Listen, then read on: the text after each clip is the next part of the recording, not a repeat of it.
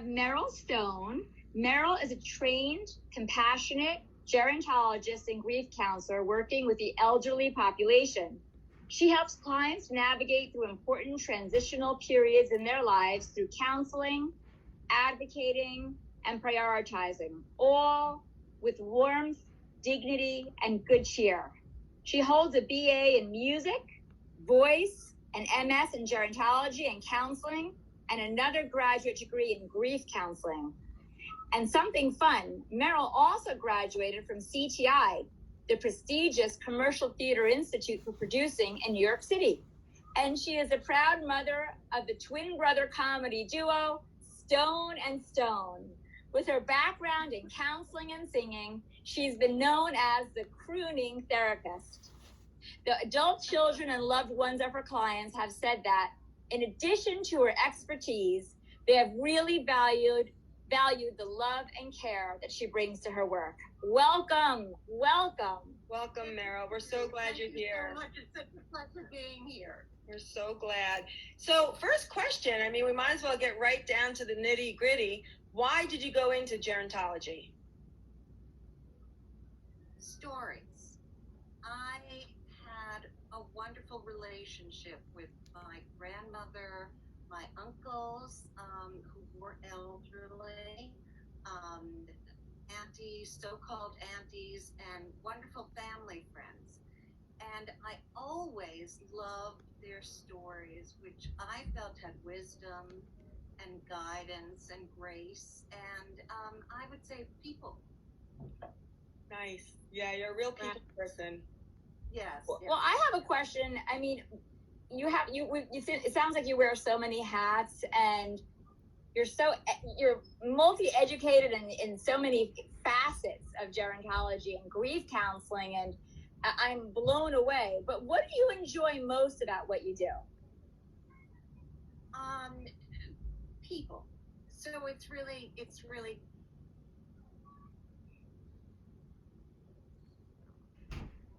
having some issues. It's a privilege for me to come into their lives. Everyone's given a clean slate. I didn't know them when they were younger. Most people have some issues, and trying to make systems work as best as they can. And also, I work with family. So I work it's intergenerational, with the adult kids and spouses and loved ones. And it's wonderful. And there definitely is a quick connect, generally, most of the time. That's wonderful. That's great. What would you say are your strengths? I'm sure you have so many, but give us a couple. Well, boy, this is wonderful. So many. Thank you. And you, and you, and you. I think inherently I'm patient. I'm a patient person. I'm empathetic, and I'm helpful. So those qualities, can work well. I also can be playful. In this type of counseling, it's very, very different from other counselings. It's quick, it's generally quick, and you can hold hands with an older woman if she wants to hold hands, or put her arm around you, and sympathize, and get onto their plight. And generally I can, because I'm a singer like you, Anne. Wow.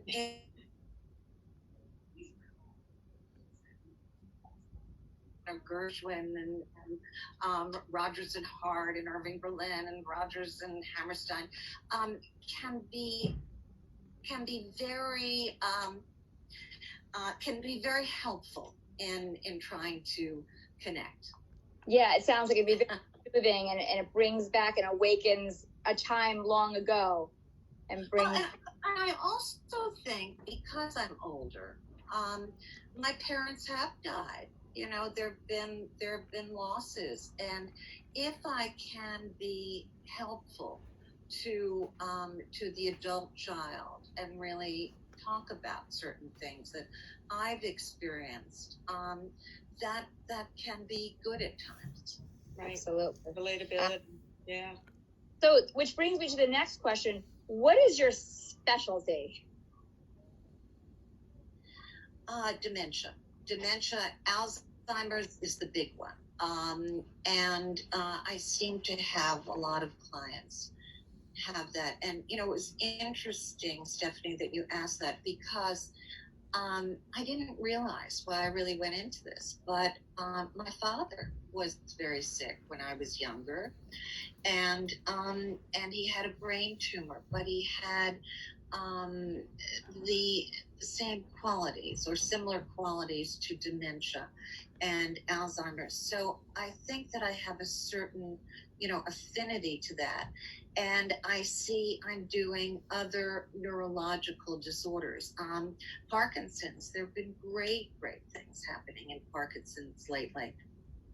The medication for dementia and Alzheimer's still needs more work, but it's promising, neurological, and I think that in time, what those meds were trying to do were to delay the disease. And if you know about that, Steph. So and certainly you do, Anne. So if we can delay the disease might not even happen, or we won't even see the symptoms that are so great.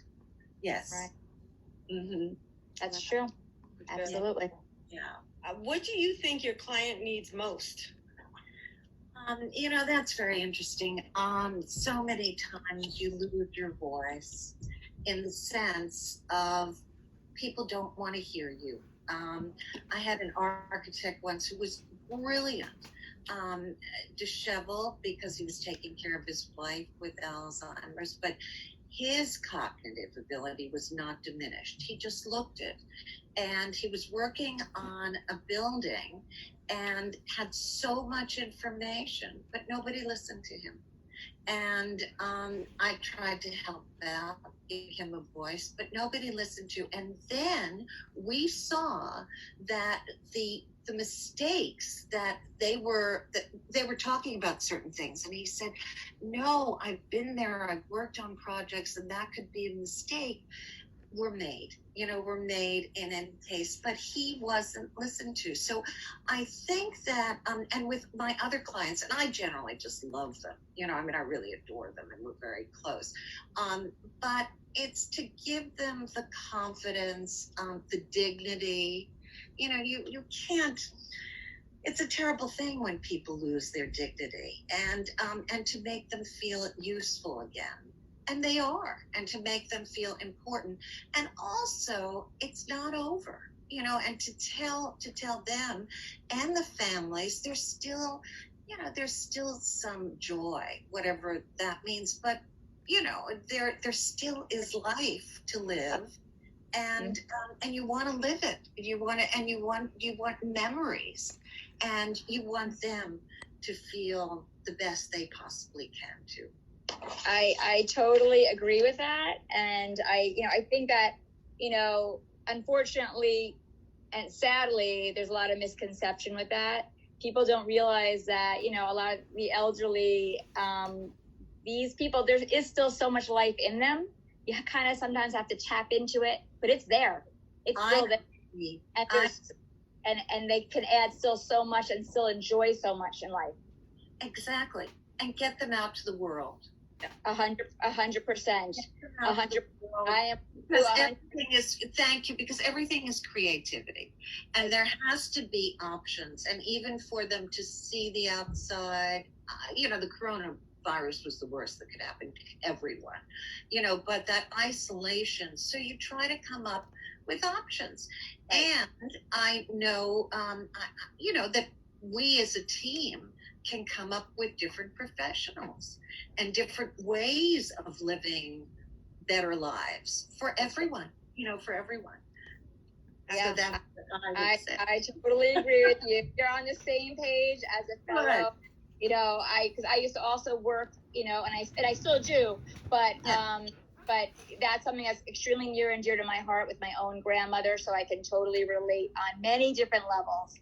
But I really appreciate what you're saying, I believe your philosophy. I love what you're doing. I want to also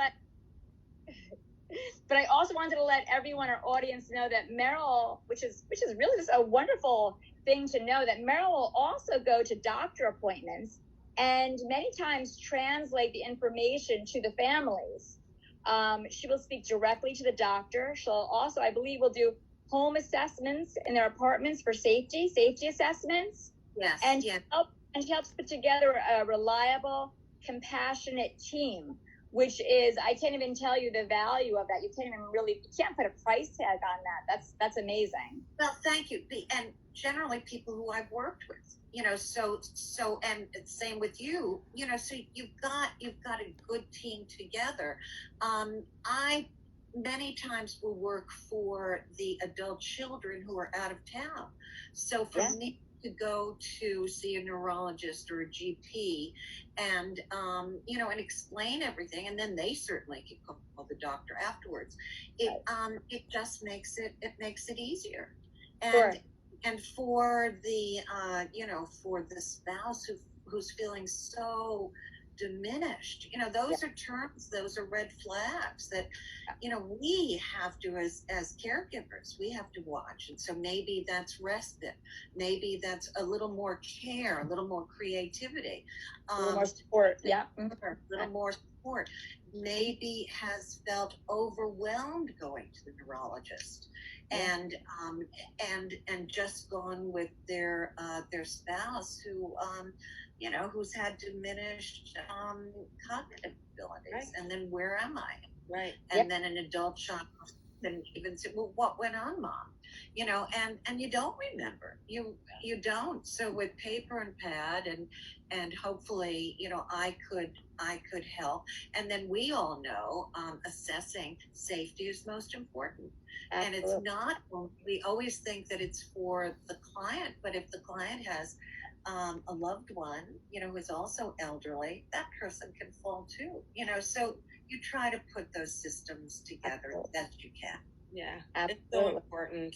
We're so glad you joined us today, Merrill. What you have to offer is so important, and we're so glad to call you one of our teammates, and I know we will do great things together. Oh, that's right. It's such an honor to be here. I mean, I'm so impressed with both of you. Can you, everybody knows this, but I love the story. Can you just quickly share the story, the name of your Lily Martin Care? Well, as Steph was saying before, her grandmother, this is very near and dear to her because her grandmother was Ma Lily, and she had dementia. She had Alzheimer's, and, we helped her and we'd visit with her. And actually, grandmother really, because of